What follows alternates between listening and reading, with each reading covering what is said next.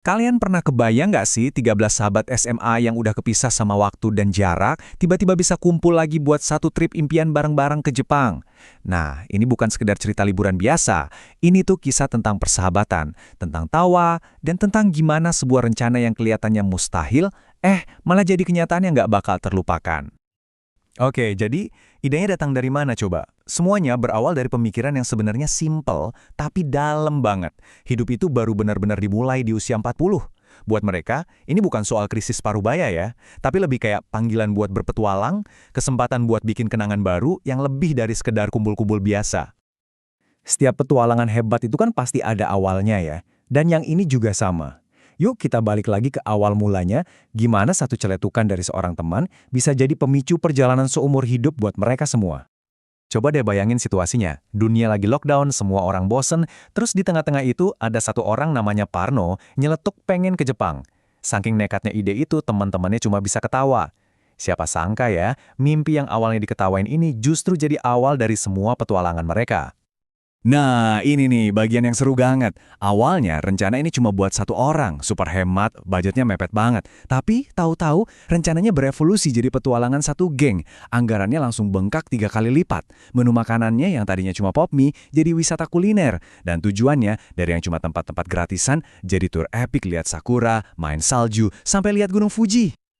Oke, rencana udah mateng, tiket di tangan, koper udah siap, perjalanan pun akhirnya dimulai. Tapi, bahkan sebelum mereka sampai di Jepang, petualangan tak terduga udah nungguin mereka pas lagi transit di Manila. Kacau banget deh pokoknya. Coba lihat deh logistiknya. Ini bukan sekedar naik satu pesawat loh. Mereka terbang dari 4 kota yang beda-beda, Pontianak, Jakarta, Singapura, sama Hong Kong, buat ngumpul di satu titik. Baru deh berangkat bareng. Ini nunjukin banget betapa niatnya mereka buat wujudin trip ini.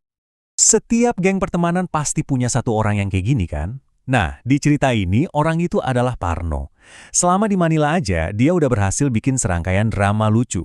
Mulai dari salah membuka pintu mobil, sampai bikin heboh di security bandara gara-gara gantungan kuncinya dikira peluru. Awal yang sempurna buat semua kekonyolan yang bakal terjadi. Nah, di balik senyum di foto ini, ada cerita kocaknya. Jadi si Parno ini panik banget, takut dideportasi gara-gara masalah dokumen. Terus teman-temannya ngakain, bukannya nenangin, malah ngajak foto bareng. Jadi kenangan lucu kan, momen paling panik malah jadi momen paling memorable. Akhirnya, kebayang nggak sih lega dan senangnya mereka? Setelah bertahun-tahun ngerencanain perjalanan yang ribet, mereka semua akhirnya berdiri bareng di kuil Sensoji. Mimpi itu udah bukan lagi angan-angan, udah jadi nyata, dan petualangan mereka baru aja dimulai. Malam pertama mereka di Tokyo itu, wah, bener-bener perpaduan antara kacau dan seru. Nyasar di stasiun kereta yang super ribet, iseng ninggalin Parno di Don Quixote yang ramenya minta ampun. Rasanya kayak waktu muter balik. Mereka kayak jadi anak SMA lagi, bebas dan lupa sama semua tanggung jawab orang dewasa.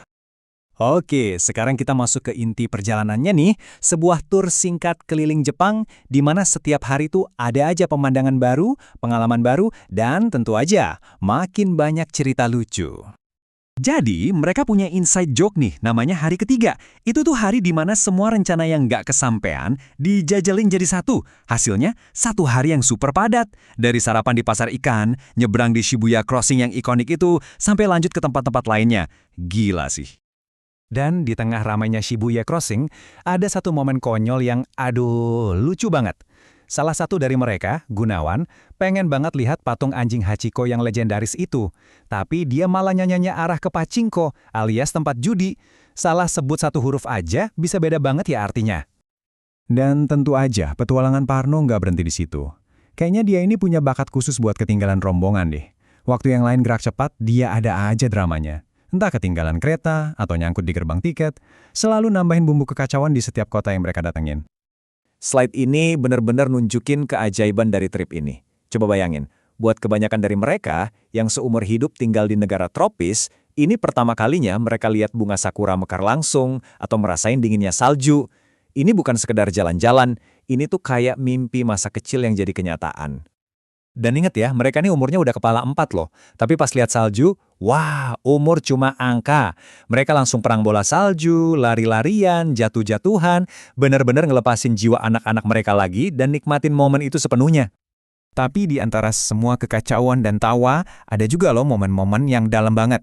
Kayak momen yang satu ini. Di sebuah bar sake yang tenang, dua sahabat lama lagi ngobrol, ngerenungin perjalanan hidup mereka yang luar biasa, yang ngebawa mereka dari bangku SMA sampai bisa duduk bareng di Tokyo. Momen inilah yang jadi inti dari semuanya. Sambil minum sake Snowdrop, mereka sebenarnya lagi merayakan persahabatan mereka yang udah lebih dari 25 tahun. Ini tuh jeda yang tenang dan penuh makna di tengah petualangan mereka yang serba cepat, pengingat tentang ikatan kuat yang nyatuin mereka semua. Nah, perjalanan mereka udah mau berakhir nih, tapi bukan berarti keseruannya udahan. Mereka bertekad buat manfaatin setiap detiknya, nambahin beberapa pengalaman tak terlupakan lagi, dan pastinya satu atau dua keisengan terakhir.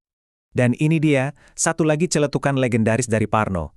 Pas mereka lagi di Hakone, gunung Fujinya ketutupan kabut tebel. Semua agak kecewakan. Si Parno dengan polosnya malah nanya, "Loh, Fuji filmnya mana?" Langsung deh kekecewaan itu berubah jadi tawa. Coba kita lihat deh, gimana cara mereka nutup perjalanan epik ini. Dari nekat pakai kaos kembaran di cuaca dingin, nyobain masuk ke Mad Cafe yang unik banget, sampai ngabisin koin-koin sisa buat main judi di malam terakhir. Mereka benar-benar mastiin hari-hari terakhir itu penuh sama kenangan seru. Dan tentu saja, harus ditutup dengan satu keisengan terakhir buat Parno. Di tengah ramainya stasiun Shinjuku, mereka berhasil ngerjain Parno buat ngikutin temennya muter-muter ngelilingin pilar. Ini benar-benar nunjukin kalau jiwa iseng mereka nggak pernah pudar, sampai detik-detik terakhir. Jadi, pada akhirnya, perjalanan ini bukan soal tempat-tempat yang mereka datengin, tapi soal kenangan yang mereka ciptain bareng. Sesuatu yang berawal dari sekedar celetukan, berubah jadi bukti nyata tentang kuatnya persahabatan. Ini ngingetin kita semua, kalau terkadang perjalanannya itu sendiri adalah tujuannya. Nah, setelah dengar cerita yang mengharukan ini, jadi kepikiran kan, kira-kira petualangan apa yang nungguin kalian sama sahabat-sahabat lama kalian? Kenangan apa yang bakal kalian ciptain bareng? Cerita mereka ini jadi pengingat yang indah kalau nggak pernah ada kata terlambat buat kumpul lagi dan memulai babak baru bersama.